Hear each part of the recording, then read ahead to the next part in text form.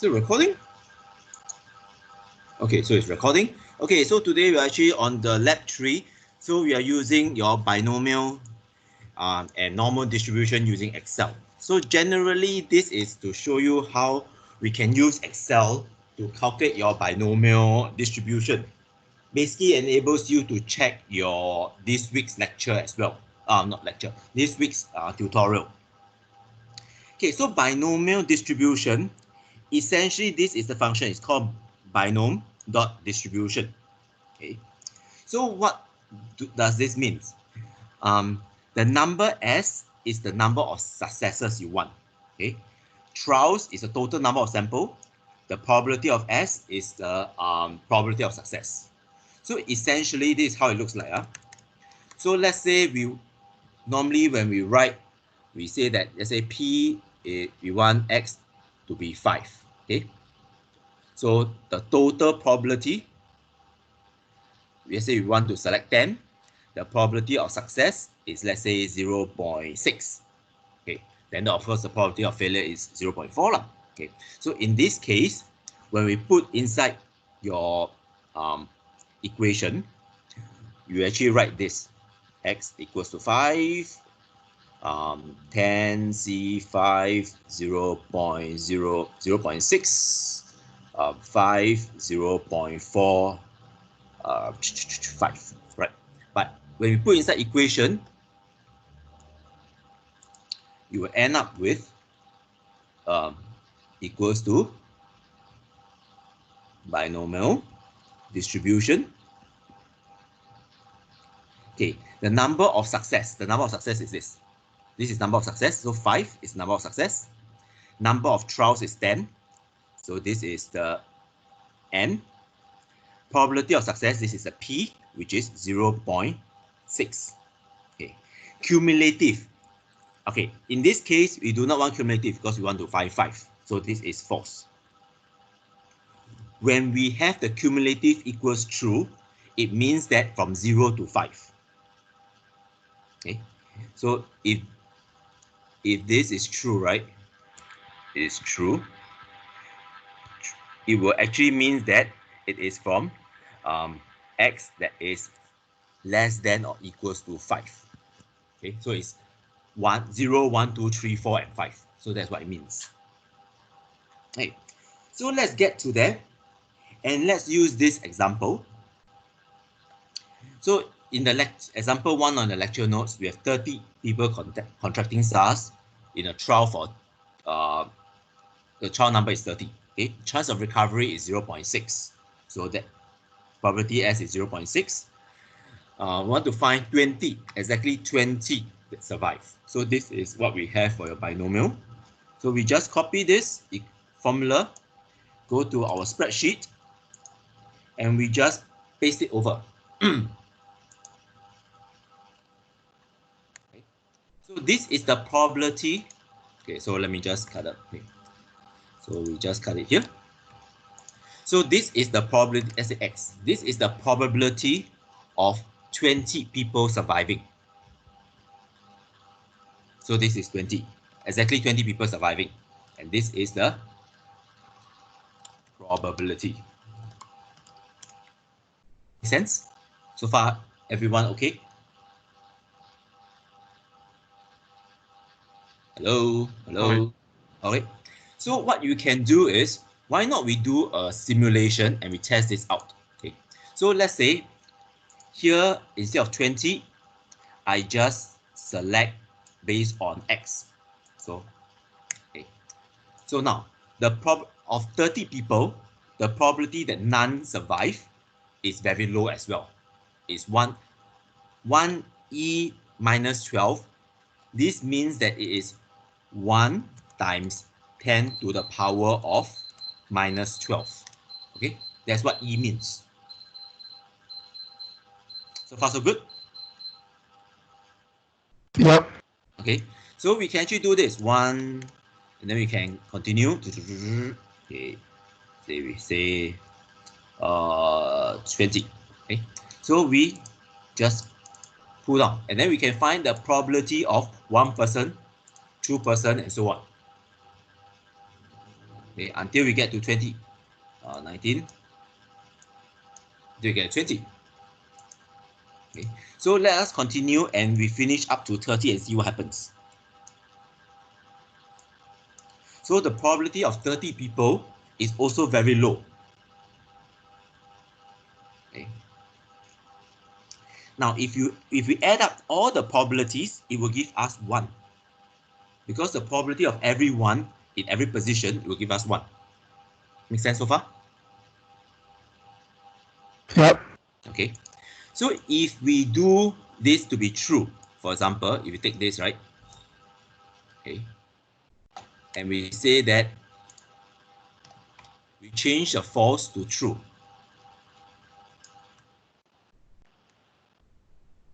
So we pull down. This becomes the cumulative probability. So the end up with 1. So we are saying that we have 82.4% chance that at 20 or less people will survive. Okay. So remember, have you gone through your tutorial already for lecture for this? That means tutorial 4. Have you gone through already? Yeah. Is it this morning or what? Or last Monday. Monday? Okay. Uh, So I believe there's one question that says, if the sample size is large enough, it becomes almost like a normal distribution. There's one question, one part of the question that says that. Can't remember which part. But we will take a look. So if you take the probability, let's say you take these two, and then you just draw your bar chart.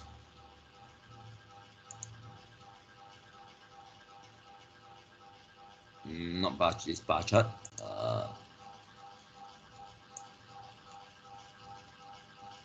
Okay, let's say we just don't draw a bar chart, we draw a scatter plot. Now, does this look like a normal distribution to you? Somewhat.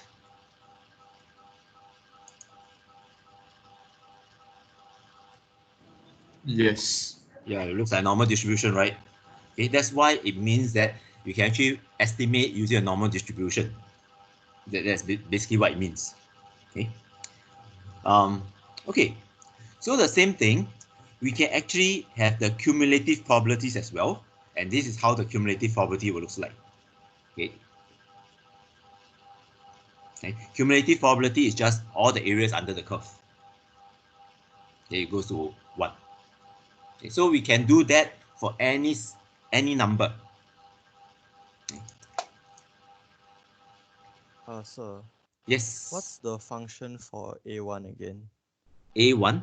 Yeah, A1. like, This one. because you're able to drag down the probability from B2 all the way, but I can't.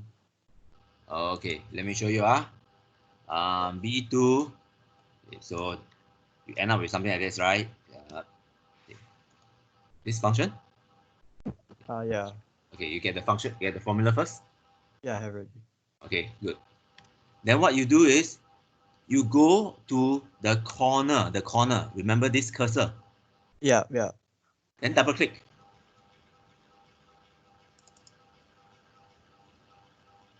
Oh, I think the problem is that I inserted X as 0 and not A2. Does that affect it? Yes, of course. Oh, You have to okay, insert okay. A2, otherwise it doesn't work. Because Okay, I'm okay. going to collect this value. Yeah. Right, thank you. Okay.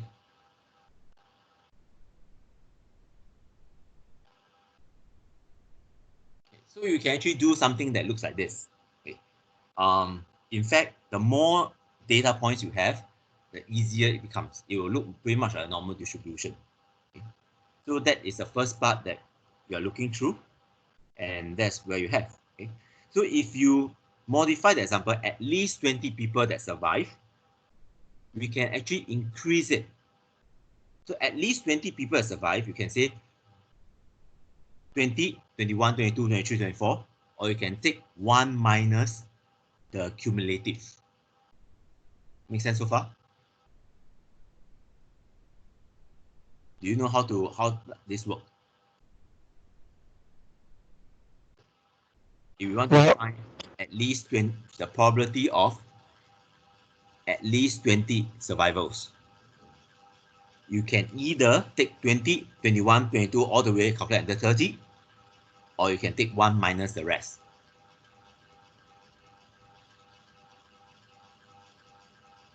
Understand? Yep. So far so good, right? Yeah. Okay.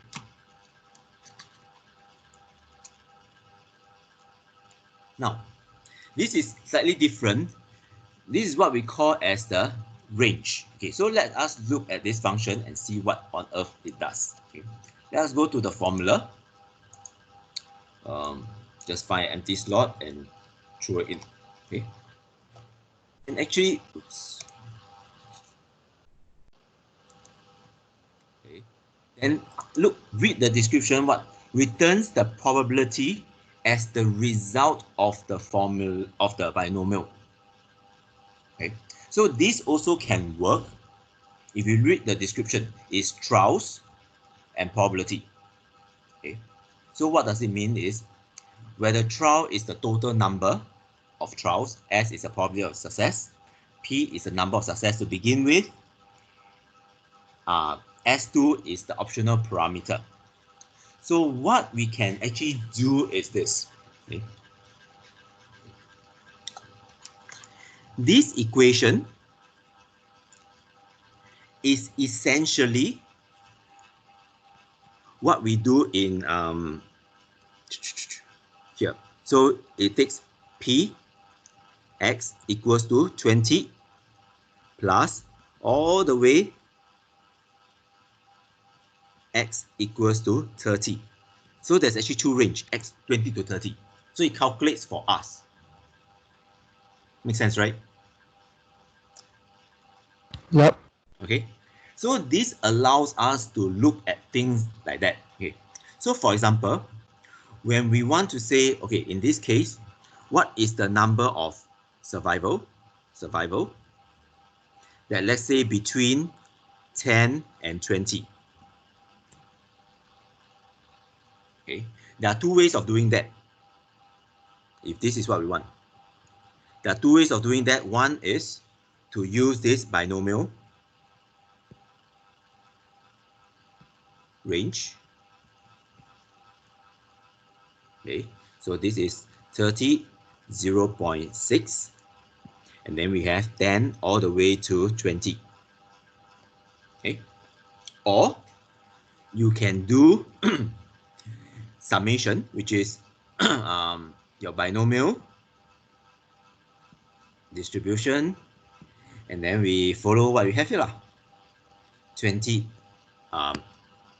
So here will be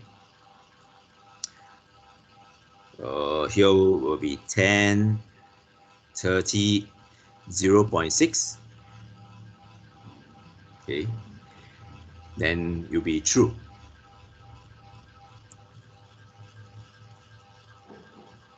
Okay, so we do one step at a time. So we have this 2 actually allows us to find this part.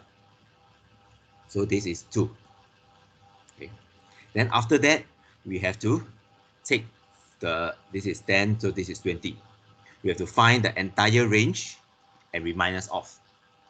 Okay, so this minus plus binomial distribution 20, 30, 0.6, and true.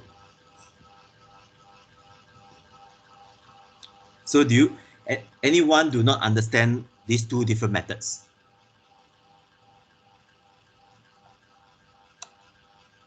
Charles, do you understand this?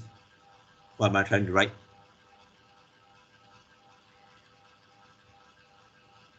Charles. Yeah. Okay. Jermaine, okay? Yeah. You give a very uncertain yeah.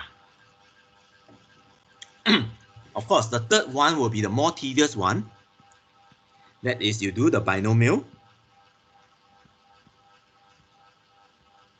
Say 10, 30, 0.6, but here you put false. Then you continue. Okay, it will be 11, 12, 13, 14 until you get 20. Up to you, which method you want to use. Okay, so let us try if this method works. Okay, let's go to example. So range, so just dump it here. This is the probability of 20 to 30 survivors. Okay, so let us use the other one. So let me just this is the equation. Okay, let us use the other equation, which is our standard equation here. I won't say, okay, we'll take this. Oops, what they do? So I will take equals. So I want 30 minus 20. So I take 30. And here I take true minus 20.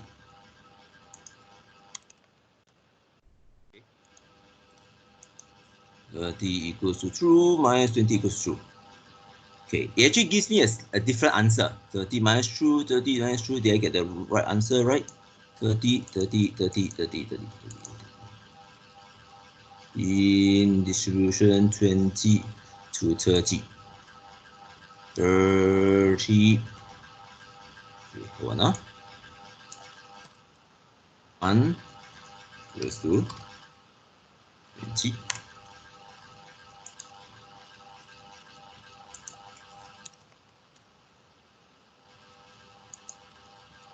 20, 30. Oh, so I have to minus off something else. So this is, I take 30 minus 20. Yeah. Okay. So I can do the opposite sense as well. But usually this is what we tend to prefer. Makes our life a bit easier. Or we can take it and then we just add up. So let's say 20 to 30, we can add up these values. It should give us kind of a similar answer. Okay, so it goes from 20, 21, 22 all the way to 30. So the sum of it will give you the answer. It depends on which version do you prefer. Okay. Okay. Now, sometimes we will want to do the reverse. That is to calculate the opposite sense. Okay. The smallest value, we can use it to calculate. Okay. So if a probability is given and you want to find the smallest value, which the cumulative is that, okay, you can take the negative as well. So read this part and see whether you have any issues there. I'll let you try this 2.2 for yourself first. This entire 2.2 for yourself. Okay, if the probability is given, you need to find the smallest value. Let's say in your tutorial. Okay, that is the what do you call that? That's the interviewer question. Probability of getting a job.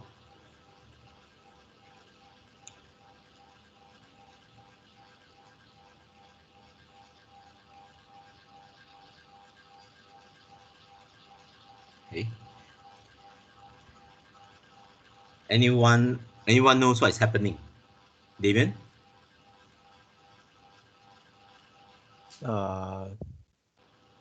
No. Okay. So this is similar to what we are looking for in this part. Okay. So think about the question 3 in your tutorial. Let me just go to a tutorial.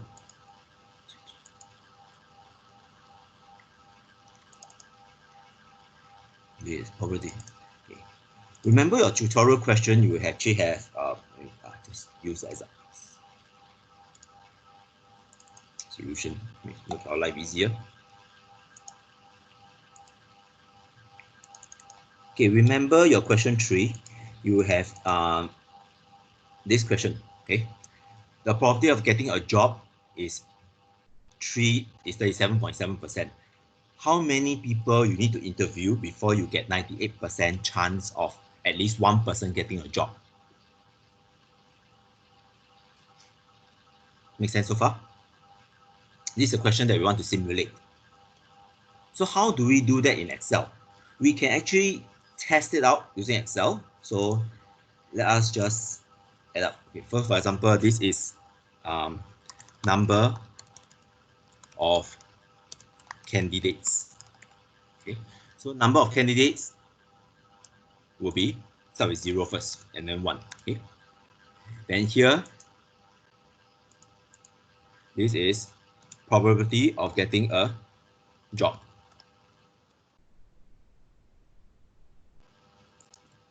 Probability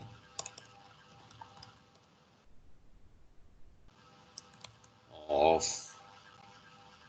getting a job. So here, what does it mean? Let's go back. So we have the binomial distribution. Okay. So the probability, let's just copy down this thing.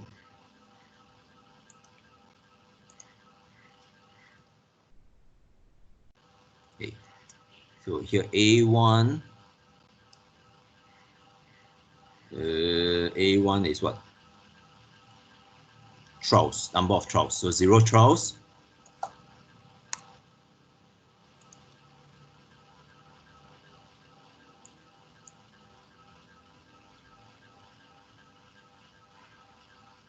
Okay. So what it does is, what do you think this formula is actually trying to show?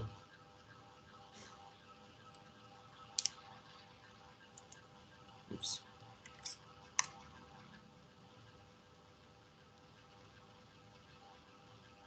Okay.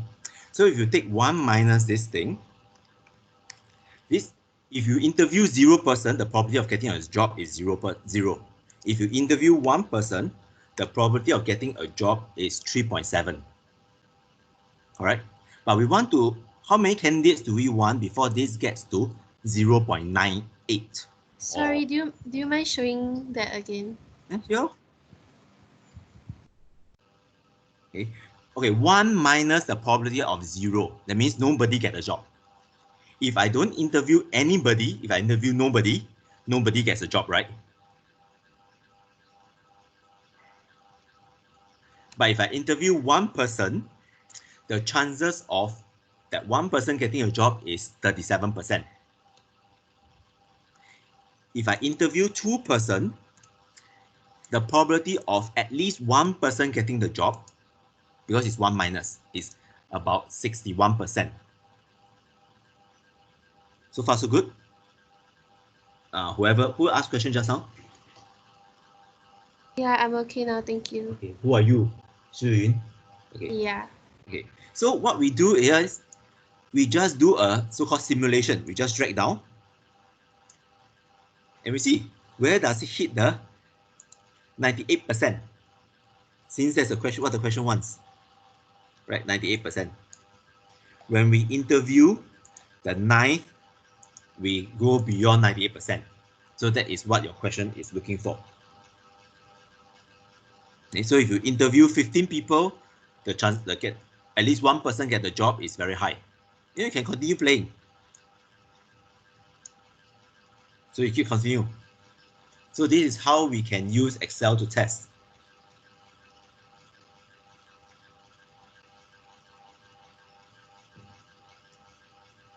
Okay, of, I'll say, at least 1 candidate getting the job. Okay, so this is our answer.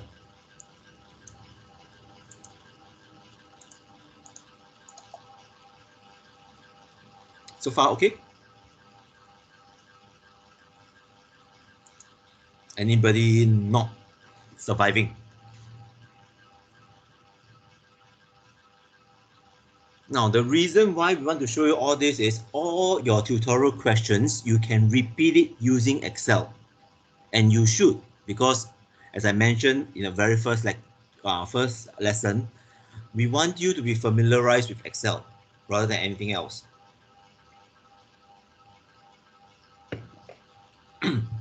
Hi, Cher, can you click on the B2 cell again? B2 cell. Okay.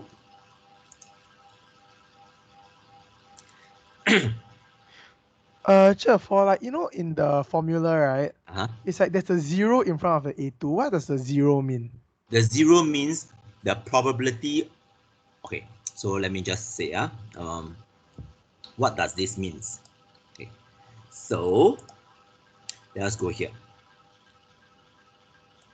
So you're asking what this means, right? This part here. Yep. Okay, let us run through. This is as good as writing. So assume as good as writing it as this. Okay. Probability of not getting a job. Okay. So it will be A1 of 0. This is where the 0 is. This is what the 0 means. Okay. And 0.377 of 0. 1 minus 0.377 of the value in A1. This is what the 0 means, because it's 1 0 ma. Oh, so it's like the number in front of the second cell, which is in this case A1, right? Is in a sense your probability of success, right? This is the number of success. Sorry, number of success. Yes. So if Yep, you go okay. back here, right? See, this is the number of success. This is the number of success. Yeah, this is the same thing, ma. Okay, thank you. Sure. Yes. What does the true mean? Okay, who are you? Wenjie. Yeah. True simply means that you do a cumulative. Okay. Oh, okay. So this is let me show you again. See, cumulative is where I use true. If I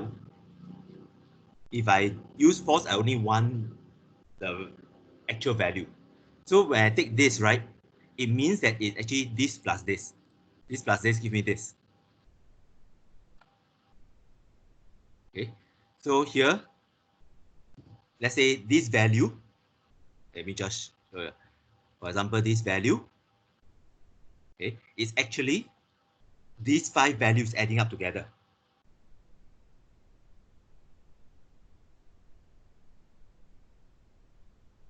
Okay, that's what cumulative does. So we use cumulative for different purposes. Okay.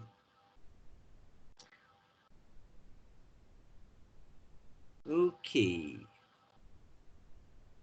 Okay, so let's cover this look. So we have done here. Okay, so why not tutorial question 2? Tutorial question 2, you have this short-sightedness. You can bring out your tutorial and practice it for yourself to see whether can you get it. Do you get the same answer?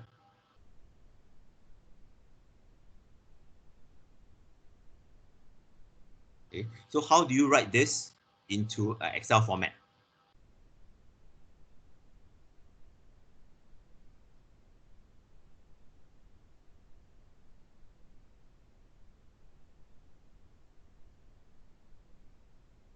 Okay, take out tutorial 2 questions. This is a bit tricky. Let me just use yeah, it's not efficient. Okay.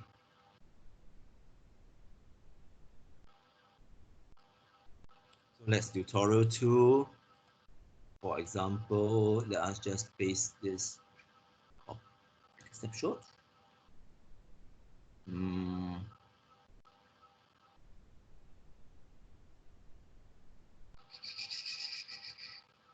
Let's just do this.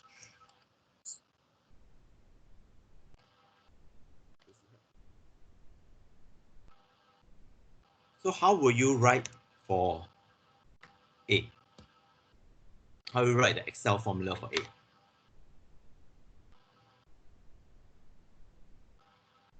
Anyone? Okay, since we are there, let us just find Lucas. How do you convert this into Excel formula? Yeah. Oh god.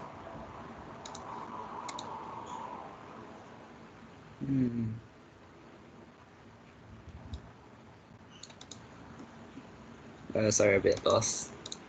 Try. It doesn't matter. Yes.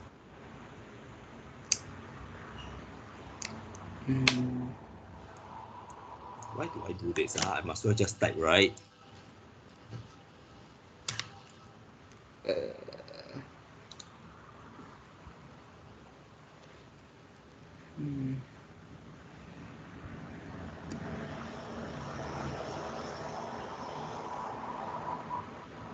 Okay, we can just bring up the same structure.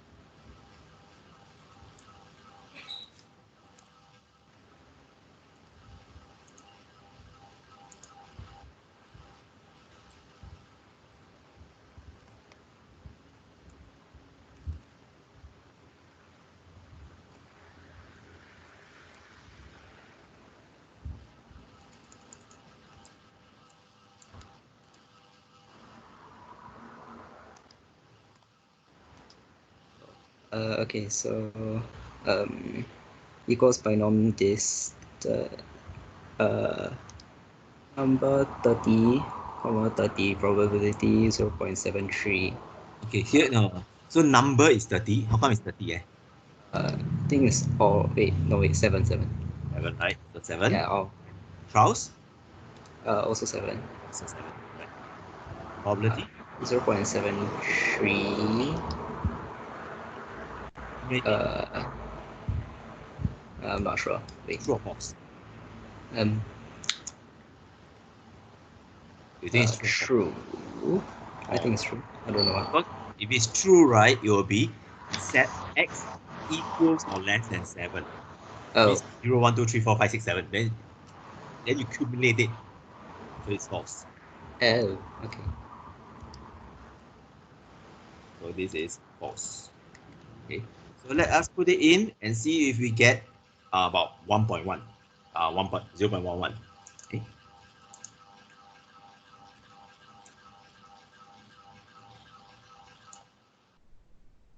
The binomial, see, it's about 0.11.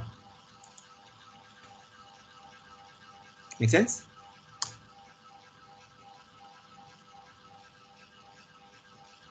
Okay. All right.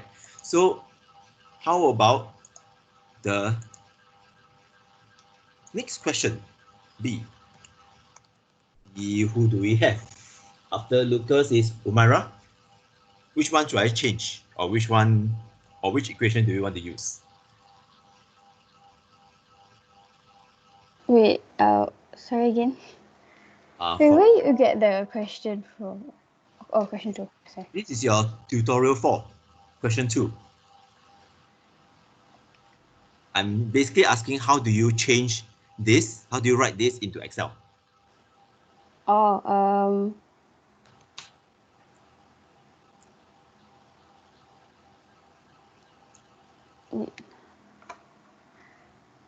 is it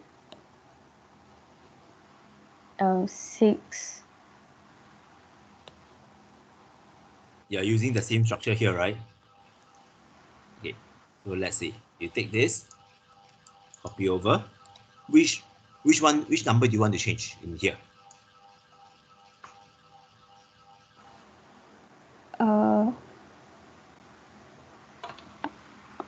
Actually, I kind of lost. So Okay, do you know how this function works in the first place? yes. Okay, so how do you change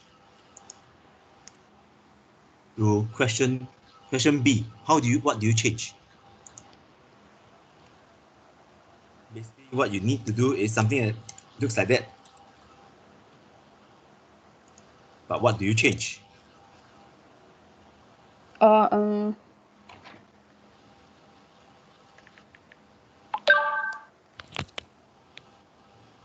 The one.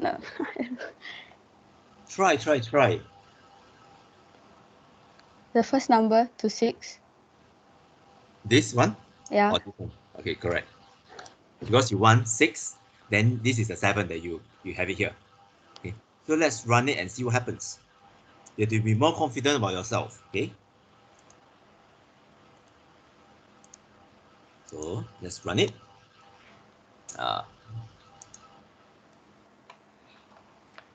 It's 3.9 something, 0.396, which is the same as your answer here. Okay, so that is your question, correct? So now you can do the third one. Anybody want to try the third one? Okay, Jingru.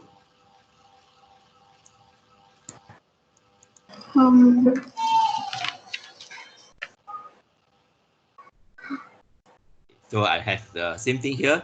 Which one do you change? Which number do you have to change? The first number changed to 10. The first number changed to 10, correct? Second one is 21. Exactly, 21. Any more? No more. No more, right? Yeah, correct. So this answer.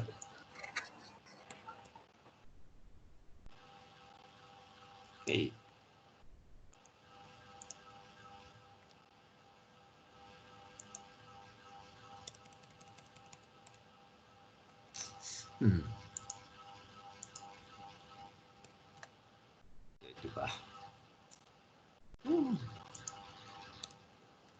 Okay, so this is 0.008, okay, which is the same as what you have here. So you basically, this is how you check your answers. Okay. But we can actually simulate it. Instead of 7, we have 70. Okay. So 70, we can produce a different graph. And that's exactly what I did for the same here. Okay. So the number of spectacle, let's say we go from 0, 1, 2, and so on. Okay. Then here we just change. Okay, the first one, we change to 0.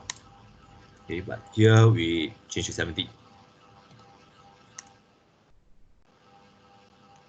Then we drag it down, drag it down. Okay. So this will continue.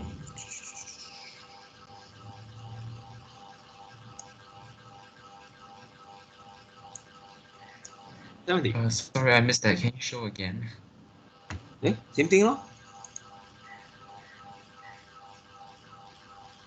Oh. Yeah. So I'm doing the same simulation as what I did here, the probability.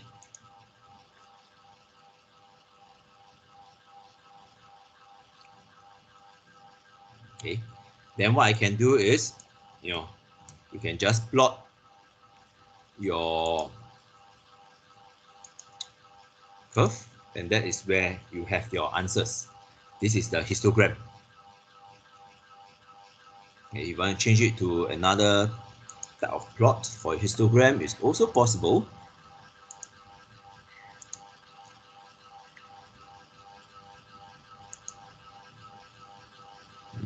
How come this stack so differently? 2D columns.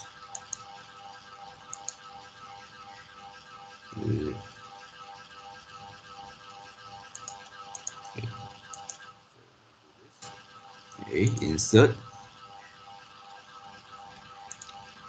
Now, this is a histogram of all the probabilities. Okay, this is basically what we have in here. Sorry, can you show how you get the graph again? Okay, graph. Okay, so getting a graph for histogram, right? What you do is you take the probability. Let's say just highlight the whole probability column. Go to insert, and then look for this insert column or bar chart. So you click on it, insert a 2D column chart, and that's it. The first one.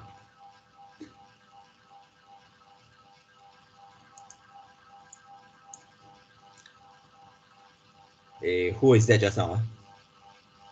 Shuyun. Shuyun. Okay, so do you manage to get it now? Yeah, thank you. Okay. So how do you get the E in the probability? E in probability. This one? How do you get the equation? Can I see the? Yeah. Look at Then the second one, what do you change? I changed nothing. So I said it's go to from A2, I change to A3. So it become A3. Oh, okay.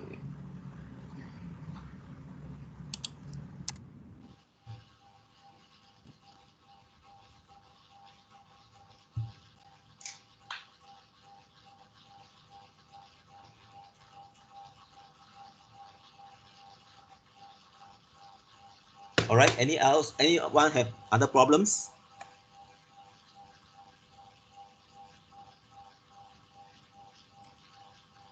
Hey, this is just using Excel to actually simulate or to test out all the different probabilities. Okay. You're almost like creating your own probability table by yourself.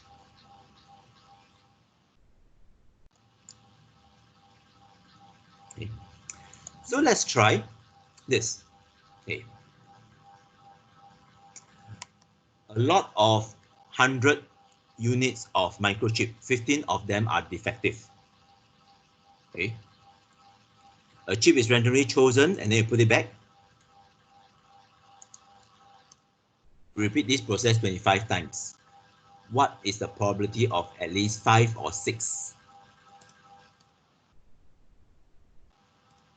defective chips?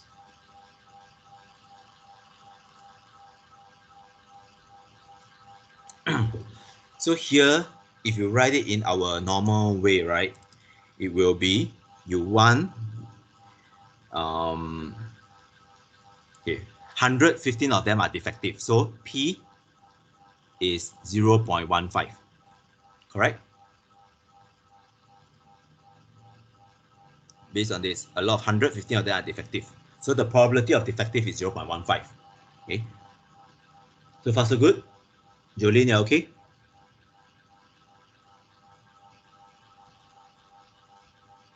Yes. Okay, Ryan, okay?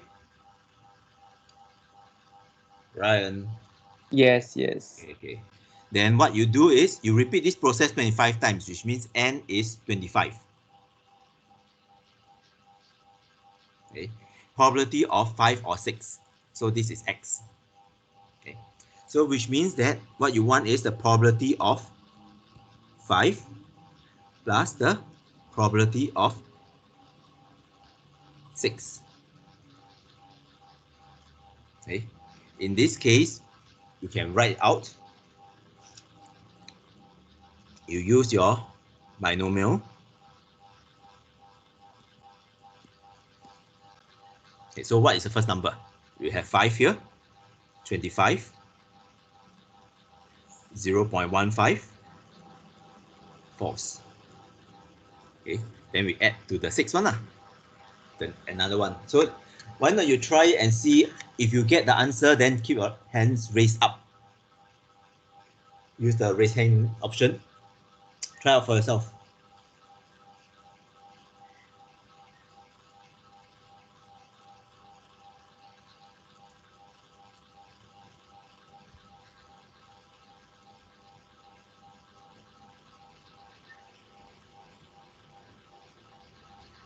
Okay, so Charles, you're okay already. Keep your hands raised up since you're not going to use any of your muscles.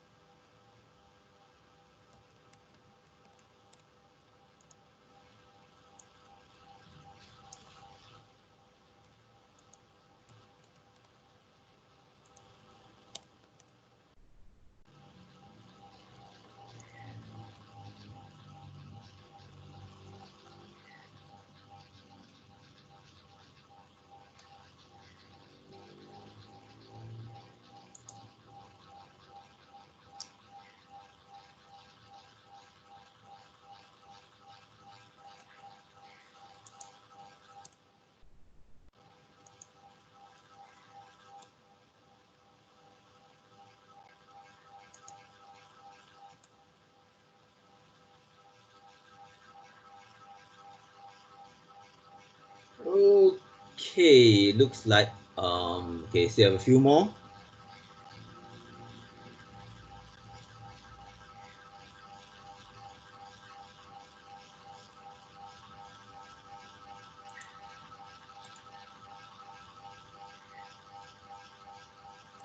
So can you show you what you got just now? You mean on my Excel? Yeah, on your Excel. This one? Yeah, okay, thank you.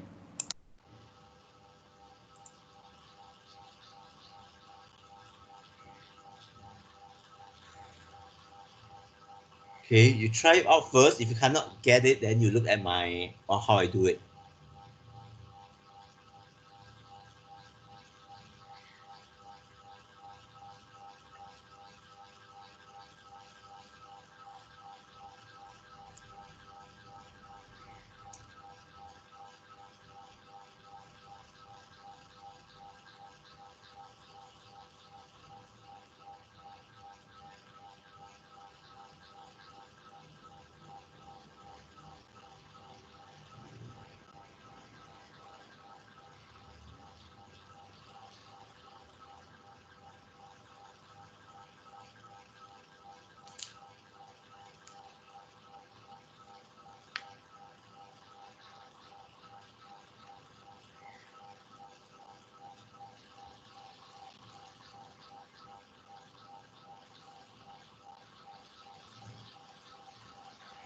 Lucas, are you alright? Or you can't raise your hand?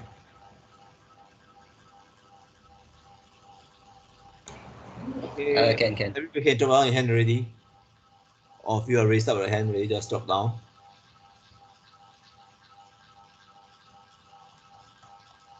Okay.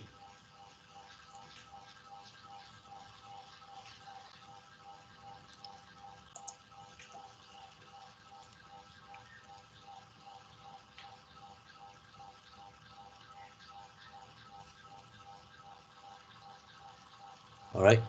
Okay, the rest just drop down your hands.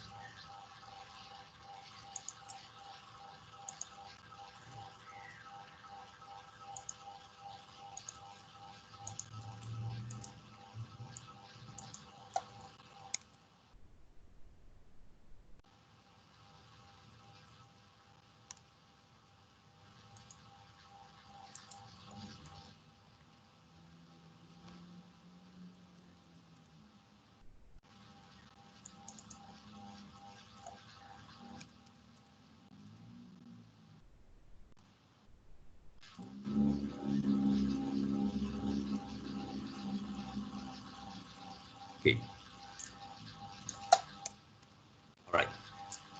So the next one we will not do is optional. You can go and try it out. You have to use a hypergeometric distribution. Okay, hypergeometric distribution is a lot more complicated, so we will not bother with it so much at the moment.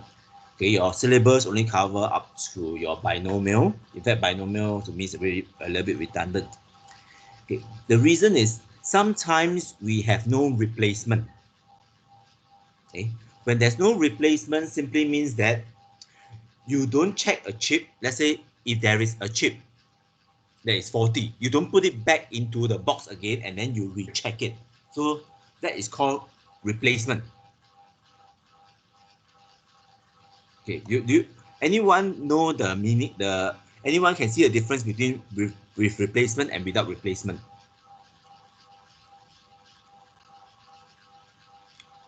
Yep. Okay. So question 3, assuming that the first out of the 25 chips, right? The first chip that the second chip that I select, okay, is faulty. It doesn't make a lot of sense to put back the faulty chip and then take out another random one, right? I can be probably taking out the same random chip. Makes sense, right? So that is called with replacement because I sample and then I replace it in. Without replacement, if I have a faulty chip, automatically I will not go and put it back in again. Even if there is a okay chip, I will not put it back in again. Okay, so that is the difference between with and without replacement. Okay. As far as we are concerned, very low chance you are going to use hypergeometric distribution until maybe you hit a third year. So if you hit a third year and you need it, then ask for help. Okay. So we'll continue to you do your normal distribution. Okay. So normal distribution, you know what normal distribution is? It's your bell curve. Okay. Who is your tutorial lecturer? I always forget. So you always got to tell me again and again. Mr. Tiong. Mr. Tiong, okay. Did he actually describe what are the properties of normal distribution? I think he did. Okay, what are the main properties of normal distribution?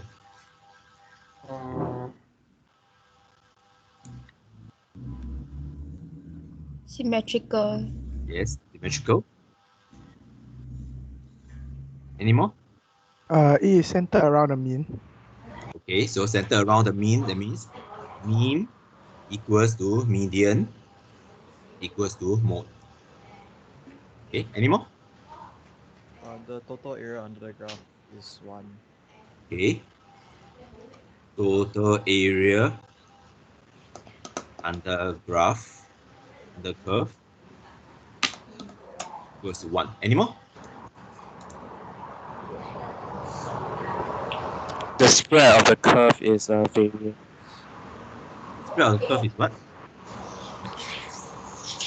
The variance, which is Spread of sigma. curve is not variance. Spread of curve is standard deviation. Spread of curve. Standard deviation, not variance. Variance is very little bit different. Okay. Did he mention this word called asymptotic?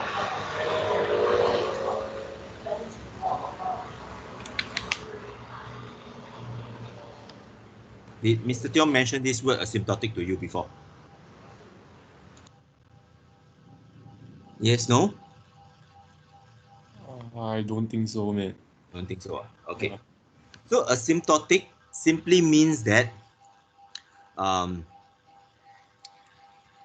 the line does not touch, or in maths term we call it cross, the horizontal axis. That means when it never hit 0. Okay, it does not touch the horizontal axis. So this is quite an important concept. What else is important? Okay, in order to learn statistics, you have to know normal distribution really, really, really well. Okay, so let's say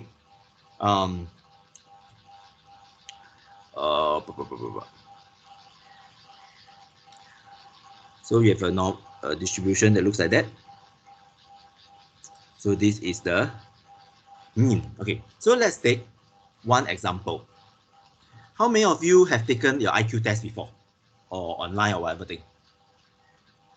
Anyone tried IQ test online? Or if you haven't, what is the average IQ score for the population? This some of you might have known. Is it 90? That's a bit low lah. Or 100 or 110? 100. Okay. The standard deviation for IQ is 15, actually 14 point something. So we take this IQ. So 100 is here. So we have, let's say, 115, 130, 145, and so on. Okay. So one standard deviation minus will be 85, 70, 55. Okay. All right. What is important for this is this. You have, because average equals to median, right? Means that for IQ of 100, you have half of the population that IQ is more than 100. Make sense? Half of our population IQ is below 100. That's what average means. Okay. But plus minus one standard deviation, you have about 68% of all the readings fall under that. That is an important property of standard of your normal distribution. Okay, because it is asymptotic, does it mean that is there a maximum and minimum IQ score? Anybody want to give a try? Is there a maximum IQ score first? I think yeah. You Yes, think have. Okay. Is there a minimum IQ score? Yes. Okay. No. 0, right? Sounds like 0, right? Huh. You cannot be a negative IQ. You will be, I don't know. Okay. So now, how many of you think that your IQ is above 85? Or anybody want to raise a hand that thinks that IQ is below 85? Anyone? Me. You? Who are you? Xinxiang? Yeah. Then you? Okay. Now, all of you, if you have survived primary and secondary school in Singapore and you have made it to Polytechnic, your IQ have to be above 85. Let's say above 80. If your IQ is below 80, you will not be able to handle primary and secondary school syllabus. You have to be in special school. Okay, it's a speed of learning. So you're all okay. Pretty well. Now, since you're online, can anybody go and check what is the highest IQ ever recorded? Go and Google it. Who has the highest IQ?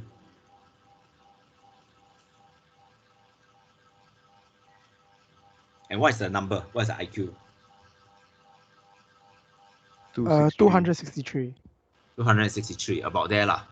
Different paper have different records, 220 something. Once you hit 200, it doesn't make any sense at all, right? Okay. So, let me ask you this very interesting question. Let's say the IQ test is actually 100 MCQs, multiple choice questions. How many of you keep pets at home? Me. Okay, who are you? Don't me. Tell me. Huh? Xavier. Xavier. Okay, Xavier keep pets. Okay, so Xavier, which animal do you keep? Dog. Dog. Okay, so you have 100 MCQ IQ test questions. Can you administer this question to your dog and see what is the dog IQ? Cannot. Why not? How they answer? How they answer? So you decide. First you decide how they answer. Maybe the dog wag the tail to the left is A, wag the tail to the right is B. Or the dog barks at you is C, the dog bites you is D. I don't know. Or you can set like 4 cookies there and see which cookie the dog wants to eat. Oh, then like that you say like that, then can. Can, right? So technically, it's possible. Okay. Now, you learn from your binomial distribution. If MCQ is actually, let's say 4 choices. So the possibility of getting 1 right is 0.25, correct? Randomly. Makes sense, right? Hello? Yes. Yes. Okay. So what is the possibility, what's the probability that your dog will get at least 1 correct? At least 1 of the 100 questions correct.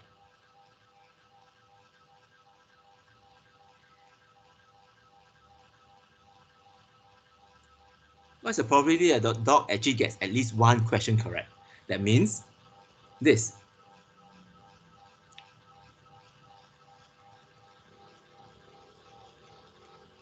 Which is actually 1 equals to 1 minus P of equals to 0. Let's just work this out in Excel and see what happens. So the probability of getting at least 1 question right, we can use your binomial to actually test it. So we change this to 0. And then you have 100 questions.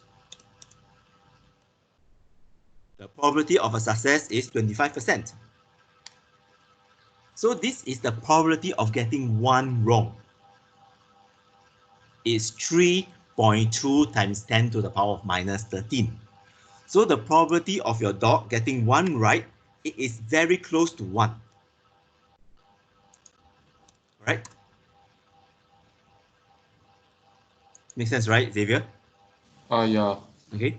So your dog may actually have an IQ test, IQ score. Why not? A human IQ score. So this, because there's no limit, one of you said that the theoretical lowest IQ is 0. Makes sense because you can't go below 0, although probabilistically you can go below 0. Anyone actually know in the standard IQ chart what thing has the lowest IQ? I use the word thing. Make a guess, make a guess.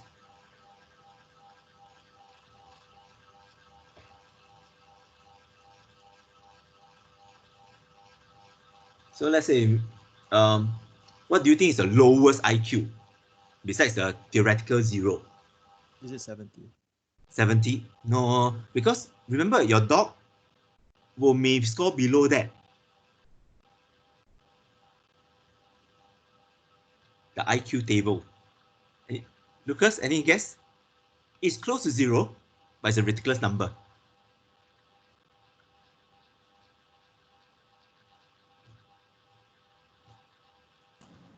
Is it in the negatives? No, it's not a negative, it's a positive number. That's surprising. 5. 5. Okay. The lowest IQ that is listed on the book is 0.03. Okay. That means you get every single question wrong. Your IQ is 0.03. Okay. 0.03 in the standard IQ book is the IQ of a table. Yeah, the wooden table that you're having. Yeah. So this tells you a bit about statistics. How does it work? But very often, you digress too much already. We want to see whether is your data points, the variables, does it come somewhat conform to normal distribution?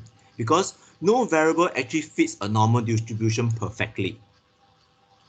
Okay, the reason is normal distribution is a theoretical distribution. Nothing actually is absolutely normally distributed. But what we can do is we can actually examine this thing called a QQ plot. QQ plot, it is what we call as a quartile plot. The 2Q is quartile plot. Okay. So in some software, in SPSS, if you have the VDI and all this, in R, you can actually generate your QQ plot quite easily. It's a very convenient feature. In Excel, it will be very difficult to do so, but I'll show you how to do it. What I need you to do is to open your diabetes data sheet. You have that already? Hello? Yes. Okay, open your diabetes data sheet. Copy column K. The entire column K, copy. And go to a new spreadsheet. And paste it there.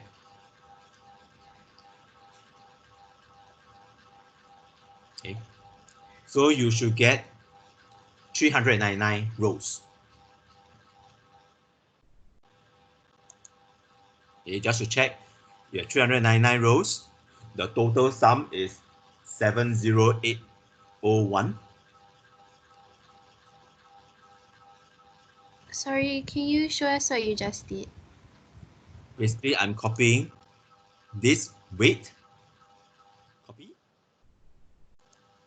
Here, I paste. Just copy into another spreadsheet.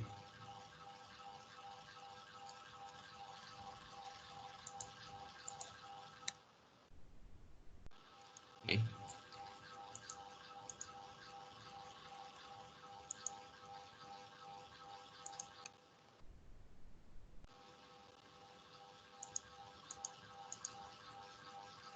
Okay. Then for column B, column C, column D, column E, you write rank, percentile, z-score, and standardized weight.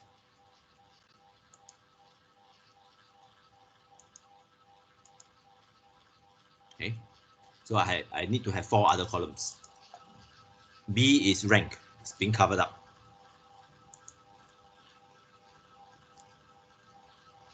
Okay, get this out first.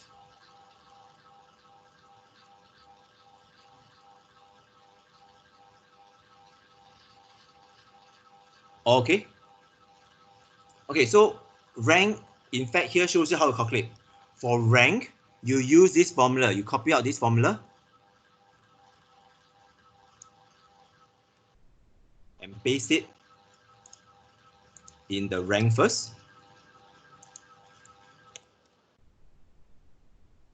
Okay, you copy this and paste it here first in the rank column. What you want to do is change this n to 399. That is the total number.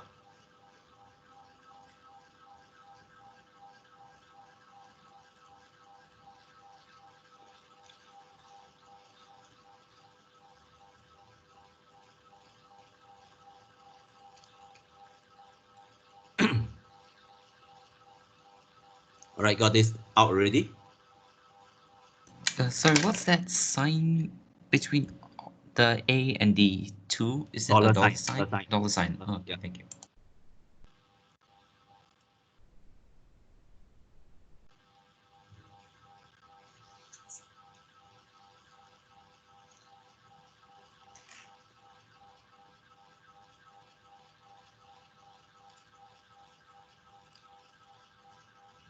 Okay, so it's $2 colon $399. Okay. Why do you need this? The dollar sign is actually to fix the cell in place. So when I drag it, the one that's after the dollar sign doesn't move. Okay.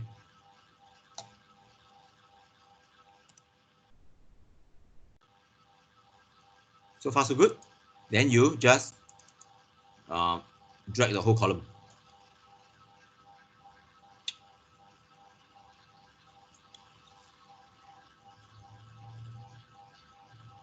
All right.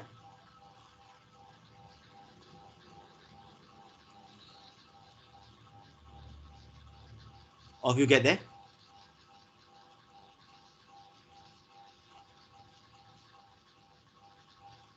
Minhui, okay? Yes. Okay. Jingyun, Weijie, Wenjie. Yes. Okay, Trevor, all right. Yeah, okay. Okay. So what does this rank means? Anyone can give some explanation what on earth is column B doing? Let's try Trevor. What is It column rank B doing? rank Rank the what? like heaviest to lightest or like something Right. like So this is a rank number. Okay. You have 0.5 is when you have tight ranks. Okay. So we got this out. Next, we go to percentile. Okay. So percentile is actually using this column. You want to actually take the percentile basically which percentile are the ranks in. So the percentile of the ranks. Okay. So now you put this in. And same thing here, that $n you change to 399. So you are changing the ranks into percentile now.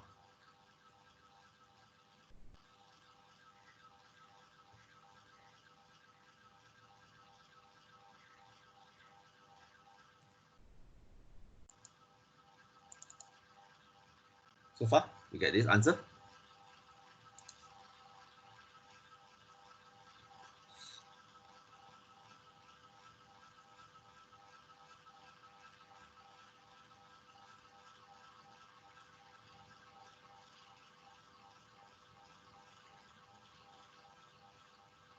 Umaira, all right? Yes. Okay, so rank percentile. Okay, so you can continue doing the z-score. The z-score, you use another formula, which use the inverse normal formula.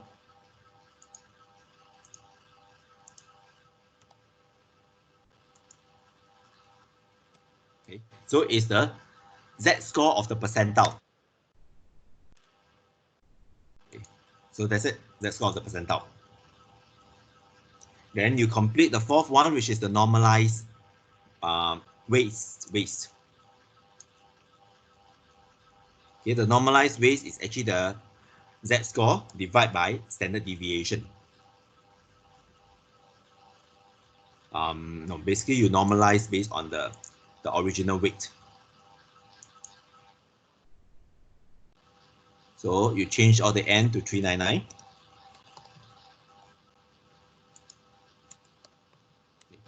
So this not waste, weight.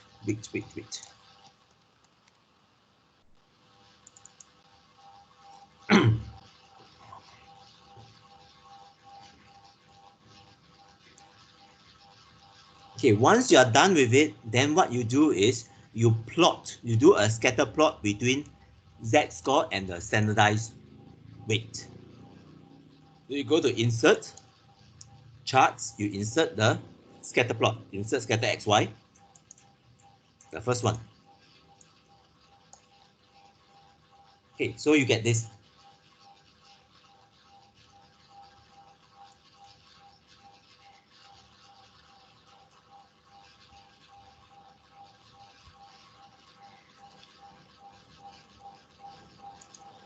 Okay, then what you do is you go and add a trend line.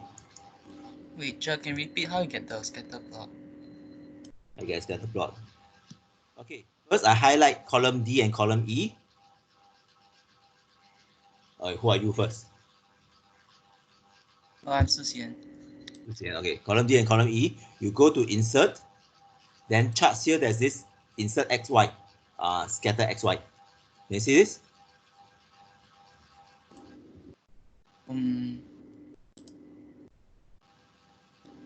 No. Do you have the insert chart? Yeah. Yeah, no? Then you go and find this XY, no? Oh, I see already. Yeah. Then insert the first one. You know? Okay, thank you. Okay. Then what you do is you highlight you click on the data rows, the graph itself, and then you do a right click, add trend lines. Okay, this one, add trend lines. When you add trend lines, what you do is you add a linear trend line, and then you yeah, that's good enough. Okay, you can change the color to something brighter so you can see. Okay. What this means is the more your original data fits this best fit line, okay, the better or the more normally distributed it is, because this best fit line will give you the perfect normal distribution. Okay. So you can even go and display the R square value. So how normally distributed it is. Okay, you'll learn about R square values and also on in subsequent lectures when you do correlations. Okay. So this is how you do your scatter plot. No, how do you do your QQ plots? So can you click on the standardized weight column E, the box E2 for a bit? You know? Okay, thank you.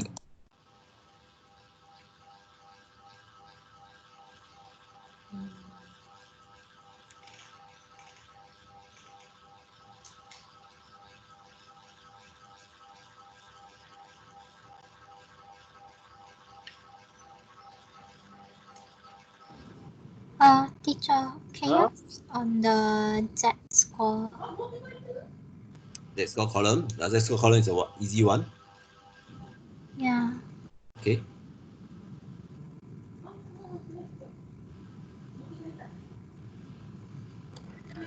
How do you get What? I can't even hear you. Why how do you get R square on the graph? Okay. You click on the line, the trend line. You right click. You go to format trend lines. Click on it and go all the way down. You display R square value on chart and display equation on chart. Oh, okay. Thank you.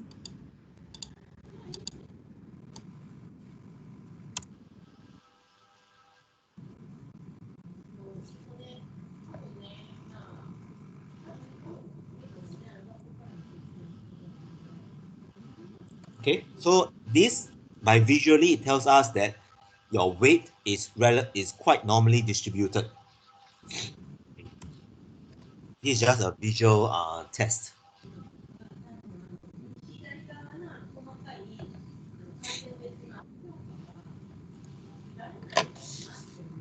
Okay, so you get something that looks like that.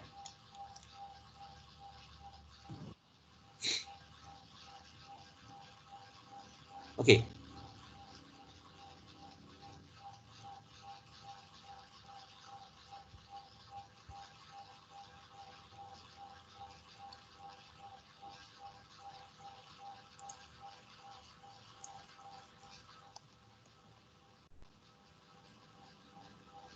Sorry, can you show how you did the chart again? I missed it. Sorry. Which part? Which part? This one. Standardized weight. So I just do a scatter plot. I highlight okay. D and E and then insert a scatter plot. Oh, okay, thank you.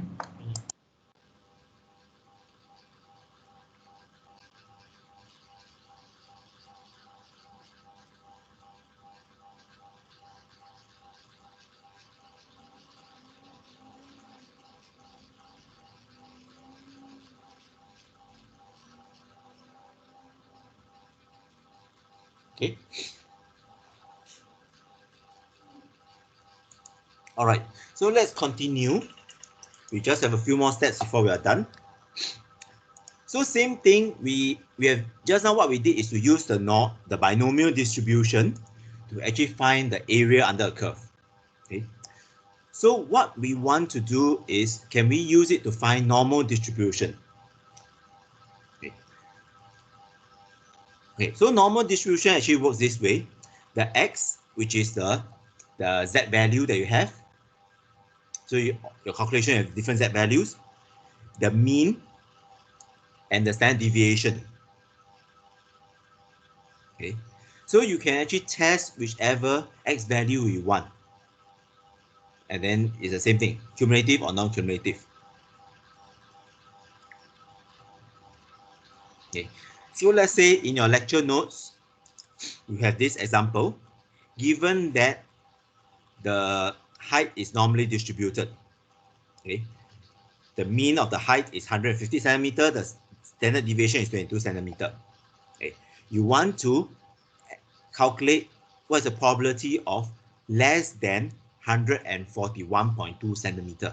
So you can use this function.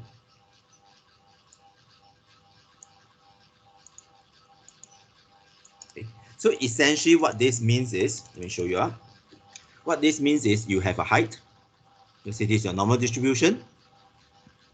Your height average is 150. Okay, standard deviation is 22 centimeter. Okay, so 22 here will be 14138. Okay, what you want is 142. So 142 may be something here. So this is 141.2. Okay, and then what you want to find is the area at this side. What is the probability here? The area. Okay, you can use this function to help you find out. Okay, so why not you just run it and see whether you get the function. Okay, this is the x value that you want. This is the mean. This is the standard deviation, and you will find the truth.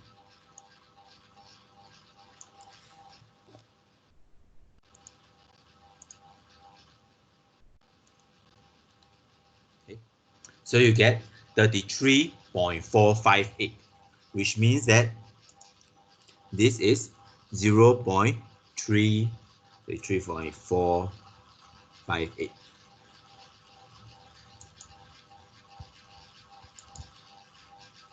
Um, 34458, 344.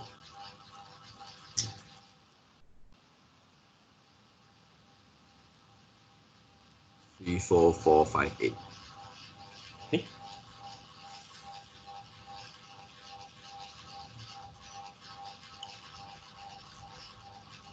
You get that? Everybody all right? Okay. So try this out yourself. Do you get the correct? Do you get the answer? That means 16. So here will be 162. So 166 and below will be this. So what is the area to the left?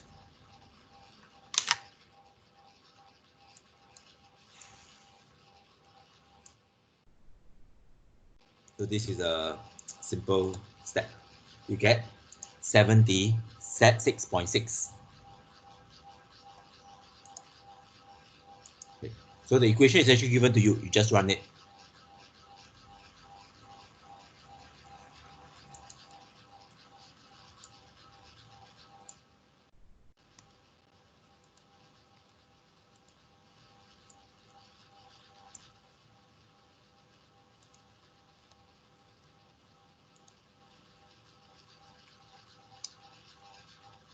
Anybody have problems here?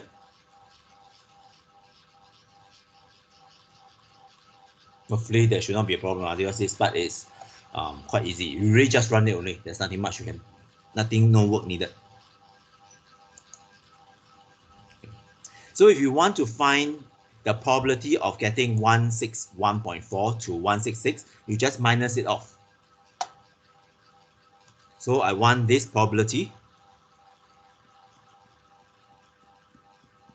I take everything minus off this number. So I get this probability in the middle. Okay, you can do that for your other tutorial questions as well. Let's see which tutorial question you can do.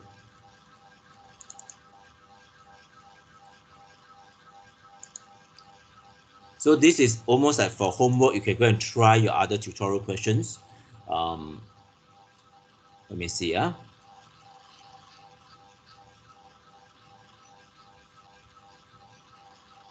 Yes, so for example, question 6, the particular tracker have lifespan between 15.1 months to 19.9 months.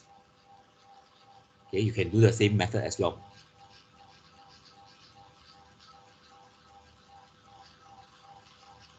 Okay, so let us just do 6A and see what we can get. Okay, so here, question 6A.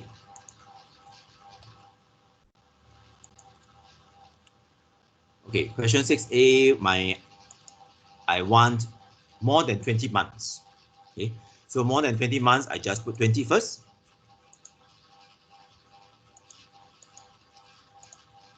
So here will be 20.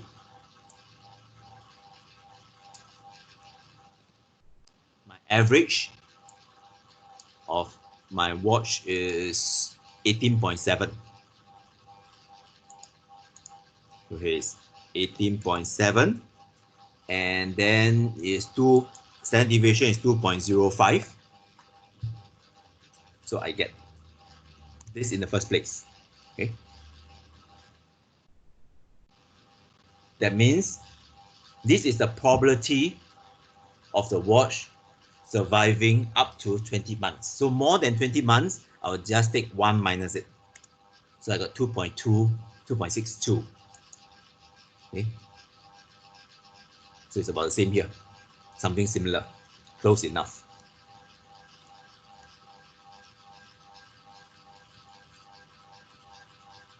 Okay, you realize that in Excel give you a more precise answer.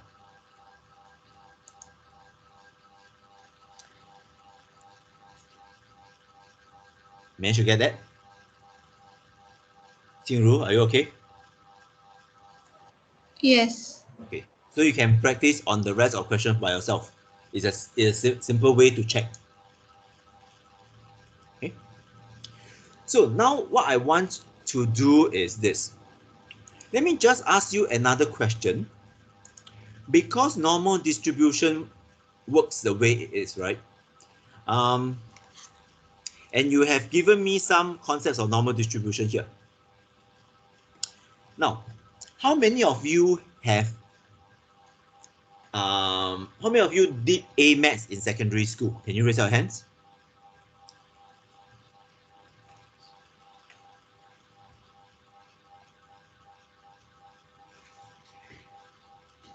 Okay. Okay. Okay. So okay, basically more than 2/3, about 2/3 did A maths. Okay, put down your hands, right? Okay, so I'll give you a simple question. We'll look something like this.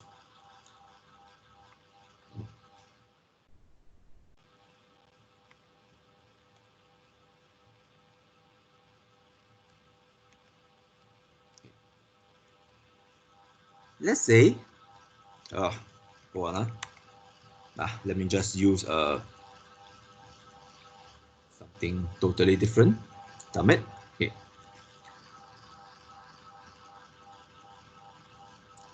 Now, this is y, this is x. Okay. Assuming that I have a curve. Okay. I don't care about the equation of this curve. I say y equals to fx. Okay. For those who have done A maths, what is the method that you can use if I want to find out this area? Let's say this is x is 1, from here x is 10. How do I find out the area, the shaded area?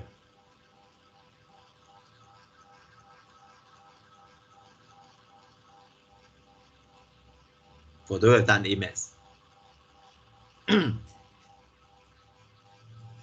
Hello, Xavier here. Do you use integration for that? Like, Correct, you integrate. Yes, you do. To find area under the curve, you integrate the function. Okay, so for those who have not done A maths, just know that integration is a mathematical process. So there's a mathematical process to find area under the curve. Okay. So for those who have done A maths, when you do differentiation, what are you trying to find out? Gradient.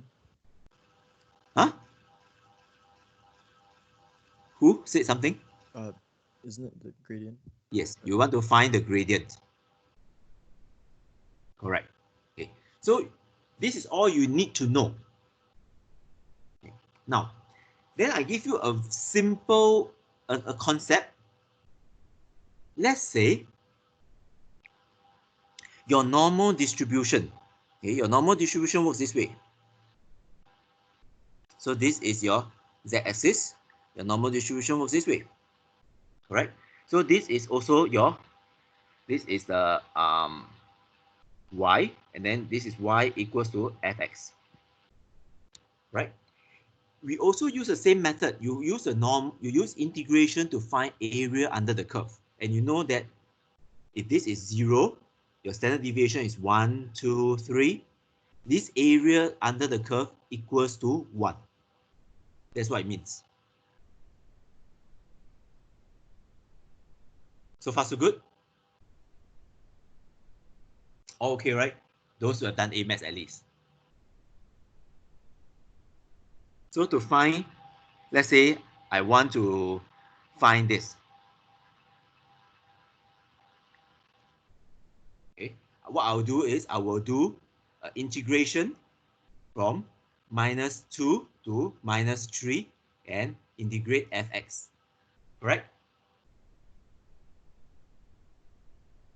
Hey, those have done A maths, yes or no?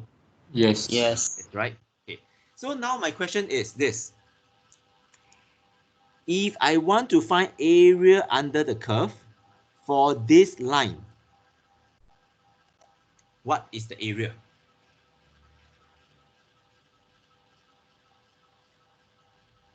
That means, what is the probability that Z exactly equals to 1?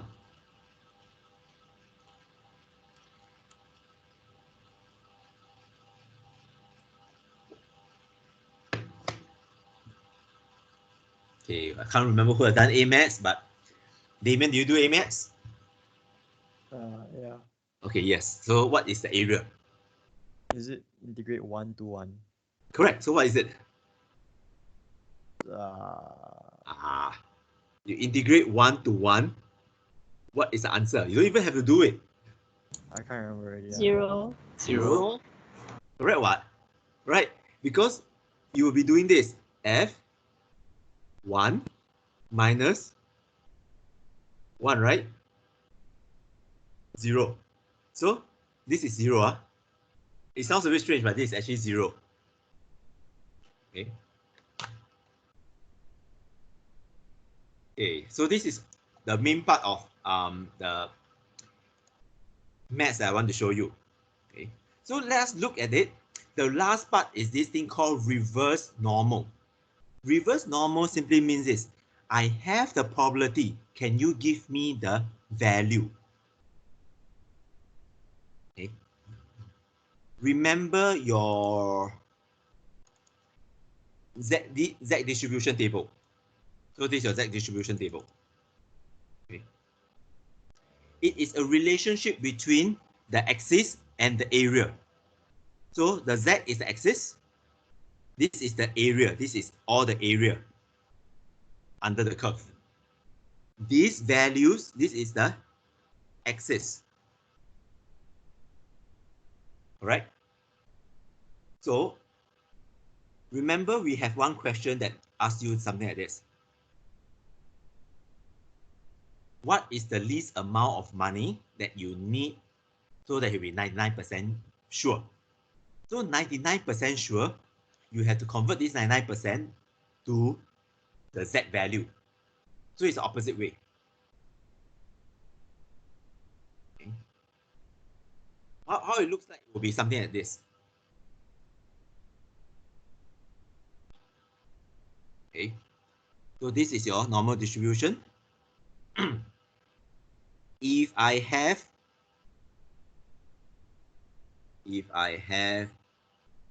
Z value to find area under the curve, okay, I use the function normal distribution. Okay, then this is a Z value. The mean is 1, 0, and true. Makes sense, right? So far?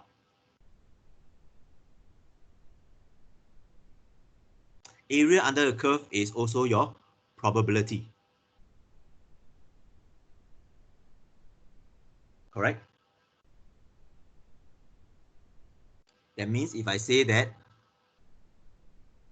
I have minus 2.2, what is this area? I use this method. So far, so good? Jordan, okay? Yep. Okay. Now, but very often we want to do the reverse. If I have the probability, which is the area under the curve, what is the Z value? That means, let's say if I have this, I know this up to here, this area is 0.6215. What is this value here that I'm looking for? I use this function known as your inverse normal. Basically what we are going to show you now. This normal inverse. Okay. So in this case, how do I work it out? Will be here. For But this is the answer. I will use normal, inverse, the probability, this is the probability, 0.6215. Mean is, so this is, hold on, let me get the correct value. Mean and standard deviation. Mean and standard deviation, okay. So so this is 0, this is 1, opposite. So mean is 0, standard deviation is 1. You got this? We have actually used this equation before just now. Where do you use this? Where do you use this equation before? Anyone can remember?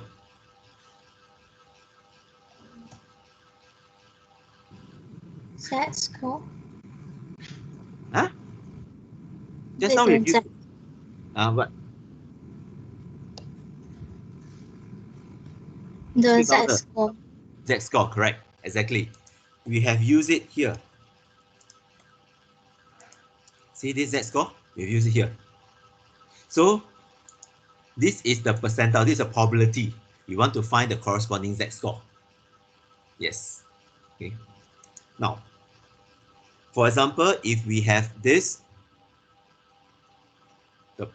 so we can actually repeat your question,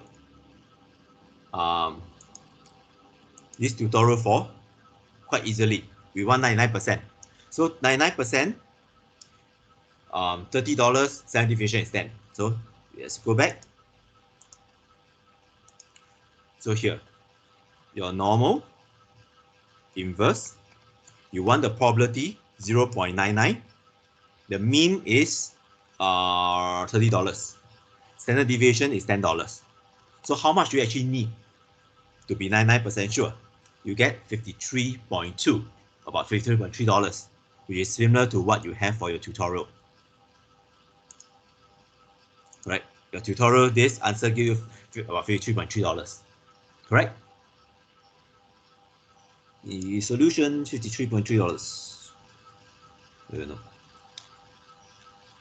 Okay, $53.3. So this is how you can use Excel without going through all the calculations, but we also show you how to calculate. Make sense? Okay. Can you check your answers for 4B and 4C inside a tutorial? 4B and 4C inside a tutorial, this is your binomial. But what I really want is to check your 5B and 5C. Are you able to do that? We have gone through one of that already. Or even 6B and 6C. Can you do the same?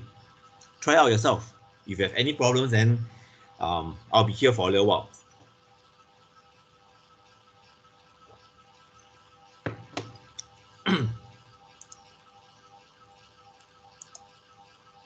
Task 6 and task 7, I leave you out for your homework to do. You should be able to do it if you're able to do up to here for now. Okay, so in short, we cover a few different things. We cover how do you use your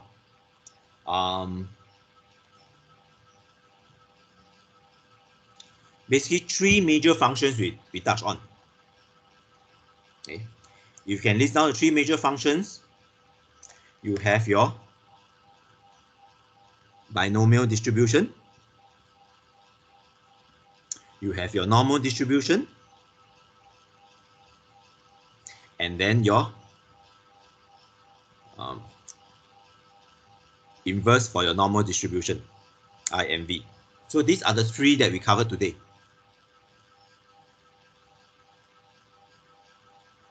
All right.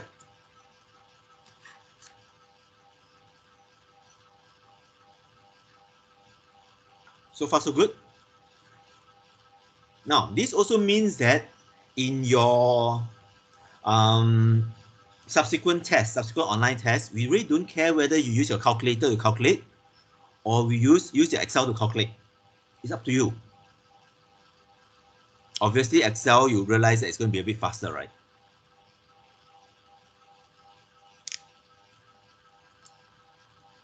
Okay, any problems so far? Those who have no problem, just raise your hand for one last time. Make sure you mark your attendance first.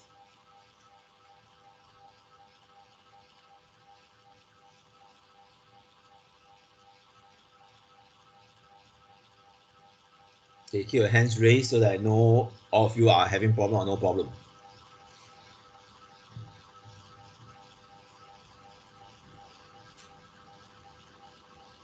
Xavier, are you asleep? Xavier? Wow, I still doing. Okay, still doing. Okay, give you some time to do. Okay, the rest can put out a hand already. If you are okay.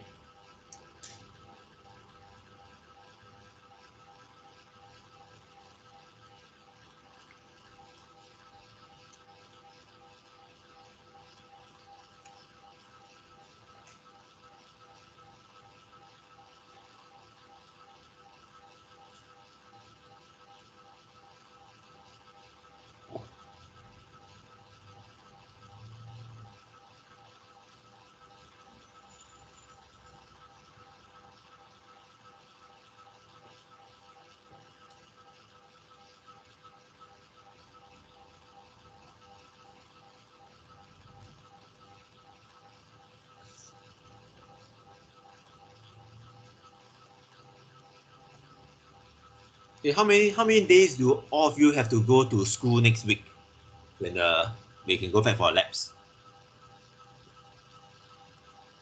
Okay, Xavier, okay, put on hand. How many days do you have to go back to school next week from next week onwards?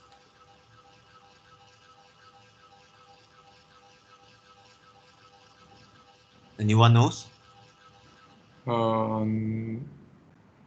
Think quite a few lah, but all our labs, all in term 2. Like for those need to go back lah. Okay, all in term 2. All right. Well, just see what we can do lah. Okay. Otherwise, that's all for today. Have fun. Thank you. Anybody want this spreadsheet?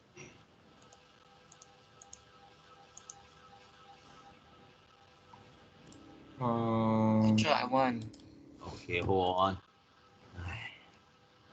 I also want. Okay, hold on. Let me just close everything first.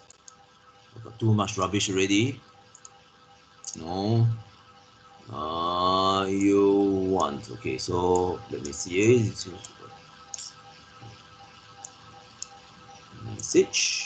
Message. Where am I? Lab.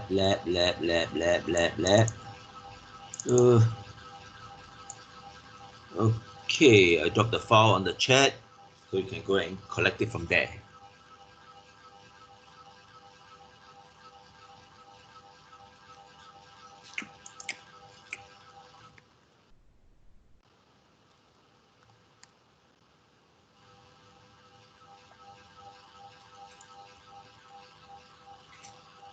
Okay, managed to download the files?